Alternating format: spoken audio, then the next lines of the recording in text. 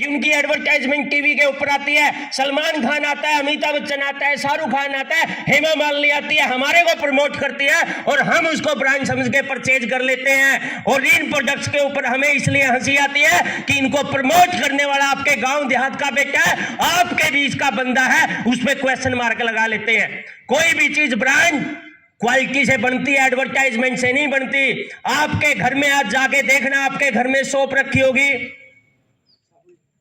आपके घर में सोप रखी होगी, मेरी बात को नोट करना। आपके घर में लक्स रखी हो, आपके घर में लाइफ बॉय रखी हो, आपके घर में डेटॉल रखी हो, आज उस पर लिखे हुए अक्षरों को ध्यान से पढ़ना। उसके ऊपर लिखा हुआ है टॉयलेट सोप। मेरी बात को नोट करना, घर जाके देखना, उसके ऊपर लिखा हुआ है टॉयलेट सोप।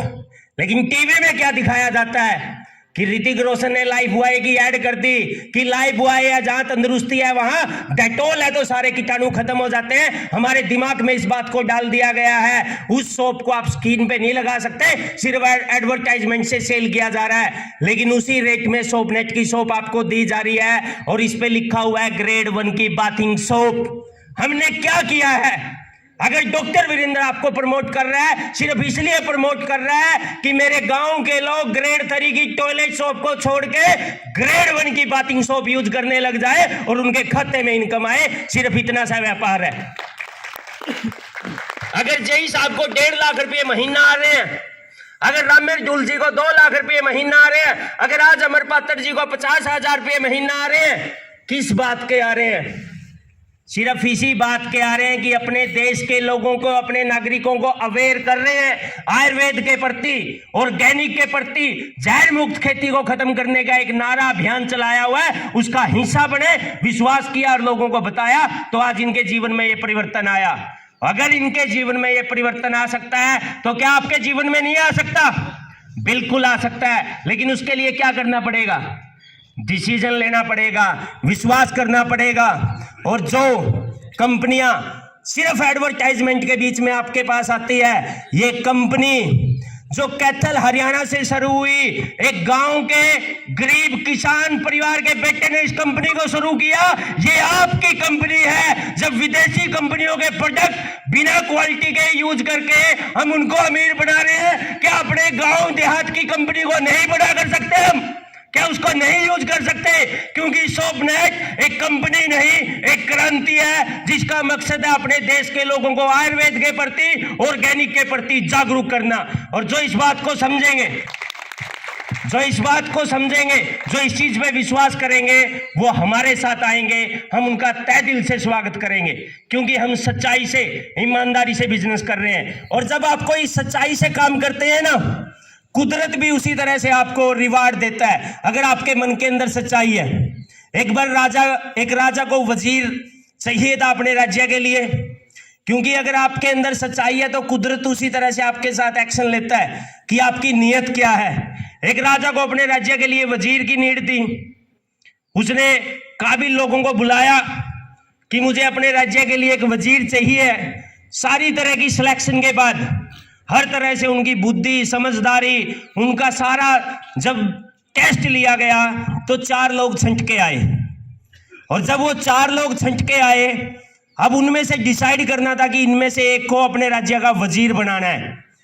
उसने क्या किया? उनको कुछ बीज दिए और उनको बोला कि 6 महीने बाद मिलना और दिखाना कि किसने इन बीजों की कितनी ग्रोथ ली है, क्या आप इनको ग्रो करके लेके आए हैं। और 4 के 4 वजीरों की जो सिलेक्शन के लिए कैंडिडेट थे, वो बीज लिए और अलग अलग तरीके से निकल गए कि ग्रोथ करके लेके आएंगे। 6 महीने बाद चारों को बुलाया गया।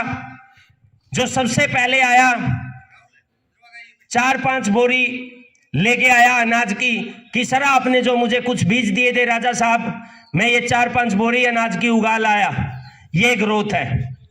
दूसरे को बुलाया, उसने 20-50 बोरी उगा के लेके आया, कह रहा है जो आपने मुझे बीज दिए थे, मैंने इतने अच्छे तरीके से ग्रो किया कि 20-23 बोरी अनाज की उगा लाया।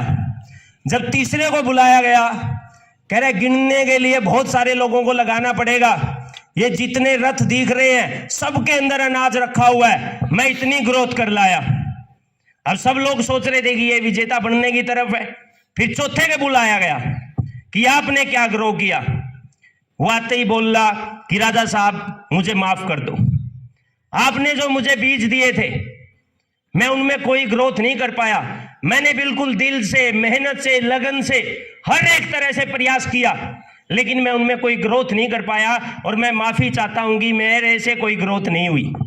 अब राजा को डिसाइड करना था कि किसको वजीर बनाना है, और सबको लग रहा था कि जो इतनी सारी ग्रोथ करके लेके आया है उसको वजीर बनाया जाएगा।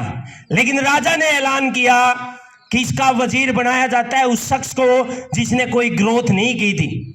और सब लोग बड़े डिसीजन पे हैरान हुए कि ऐसे कैसे, इसने तो कोई ग्रोथ की ही नहीं थी, राजा ने इसको वजीर कैसे बना दिया।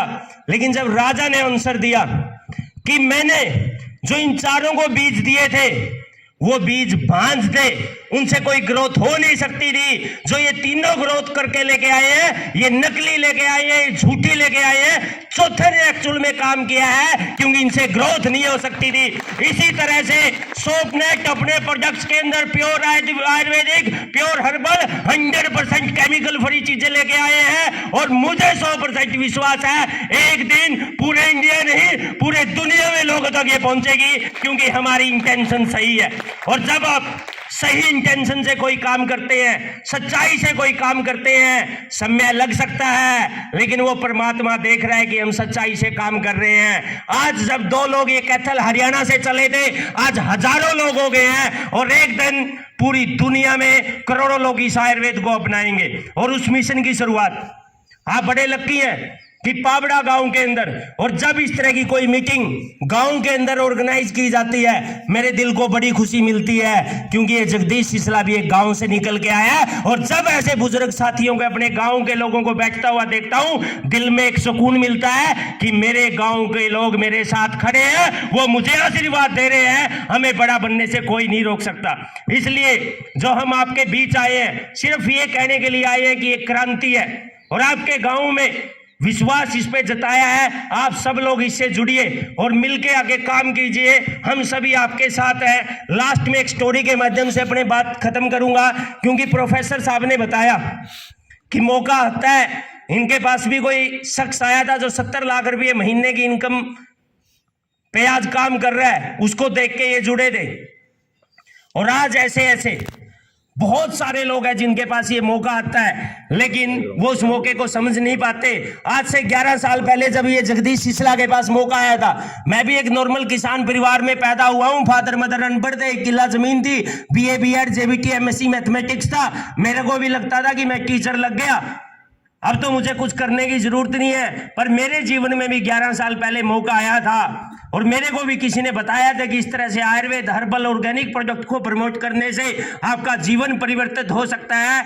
और मेरा भगवान को धन्यवाद करता हूं, मैंने यस कर दिया था, मैंने समझ लिया था और वो समझा, और उससे जीवन में जो परिवर्तन हुआ, ये जगदीश सिसला जिसने डिस्कवर बाइक से शुरुआत की थी, ऑडी BMW में चलने लगा, गांव में छोटे से मकान से लेके करोड़ों के लग्जरी हाउस बनाए और अपना जीवन तो परिवर्तित किया। और भगवान ने फिर मेरे को, रत्री जी को आशीर्वाद दिया कि अब करोड़ों लोगों का जीवन परिवर्तन करना है। ये ताकत इस बिजनेस की है, लेकिन ये तब होता है जब आप उस पर विश्वास कर लेते हैं, जैसे इन सभी ने विश्वास किया। अब वो मौका आप लोगों के पास है, क्योंकि भगवान जब आप कोई अच्छा काम कर रहे होते हैं ना, इसी तरह से हमारे को मौका देता है, लेकिन वो समझना आपको होता है। एक बार एक गांव में बाढ़ आ जाती है, और गांव में बाढ़ आ जाती है तो सारा गांव डूबने की तरफ था।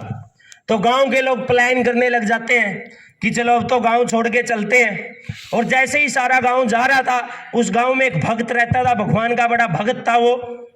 उसको भी बोले कि आप भी चलिए, कह रहा नहीं, मैं नहीं जाऊंगा, मैं भगवान का बहुत बड़ा भक्त हूं, मैं भगवान पे विश्वास करता हूं, स्वयं भगवान मुझे बचाने आएंगे तब मैं जाऊंगा। गांव के अंदर से सारे लोग पलायन कर जाते हैं, सिर्फ वो एक शख्स रह जाता है। और गांव के अंदर बाढ़ उस लेवल पे पहुंच जाती है कि उसका घर भी पानी से भर जाता है। एक नाव आती है, और जैसे ही नाव आती है, नाव वाले उसको बोलते हैं कि सारा गांव डूब चुका है, आप भी छत के ऊपर बैठ गए हैं, जल्द ये भी डूब जाएगी, इसलिए आप हमारे साथ चलिए और आपका जीवन बच जाएगा। उसने फिर उसी बात को रिपीट किया कि मैं भगवान का बहुत बड़ा भक्त हूं, स्वयं भगवान मुझे बचाने आएंगे। और नाव वाले को भी वापस भेज दिया। छत भी डूब गई, पानी की टंकी थी घर के ऊपर, उसके ऊपर बैठ गया जाके, और वो भी डूबने वाली थी। तभी एक हेलीकॉप्टर आया, उसने नीचे सीढ़ियां गिराई और उसको बोला कि पूरा गांव डूब चुका है, ये टंकी भी डूबने वाली है, जल्दी से सीढ़ी को पकड़ो और ऊपर आ जाओ, अपना जीवन बचा लो। उसने फिर उसी बात को रिपीट कर दिया कि मैं भगवान का बहुत बड़ा भक्त हूं, स्वयं भगवान मुझे बचाने आएंगे, और वहीं डूब के मर गया। और जैसे ही फिर भगवान के दरबार में पहुंचता है, वहां हल्ला करता है कि ये है भगवान, मैंने क्या गलत किया, मैंने पूरा जीवन भर आपकी पूजा की, आपकी तपस्या की, और आपने मेरे लिए इतना भी नहीं किया कि आप मुझे बचाने नहीं आए। जो भगवान ने जवाब दिया उसको कि ये मूर्ख इंसान, वो किश्ती और हेलीकॉप्टर क्या तेरे बाप ने भेजे थे? मैंने ही तो भेजे थे, लेकिन तूने उसको पहचाना नहीं। इसी तरह से मौका हमारे जीवन में आता है, हो सकता है आपके जीवन को बदलने के लिए सोपनेट के माध्यम से, जय साहब के माध्यम से, अमर पात्र जी के माध्यम से पाबड़ा गांव के अंदर आया है। वो आपने डिसाइड करना है कि इसको कैसे लेना है। इन्हीं बातों के साथ सोपनेट में विश्वास जताने के लिए, इस गांव में सोपी की ओपनिंग करने के लिए मैं वीरेंद्र जी को, डॉक्टर वीरेंद्र जी को बहुत बहुत बधाई देता हूं, धन्यवाद करता हूं कि आप सभी इस प्रोग्राम में आए। Wish you all the best, thank you, Jai सोपनेट। Thank you sir, thank you. तो एक बार हमारे सीएमडी के लिए जोरदार तालियां हो जाएं।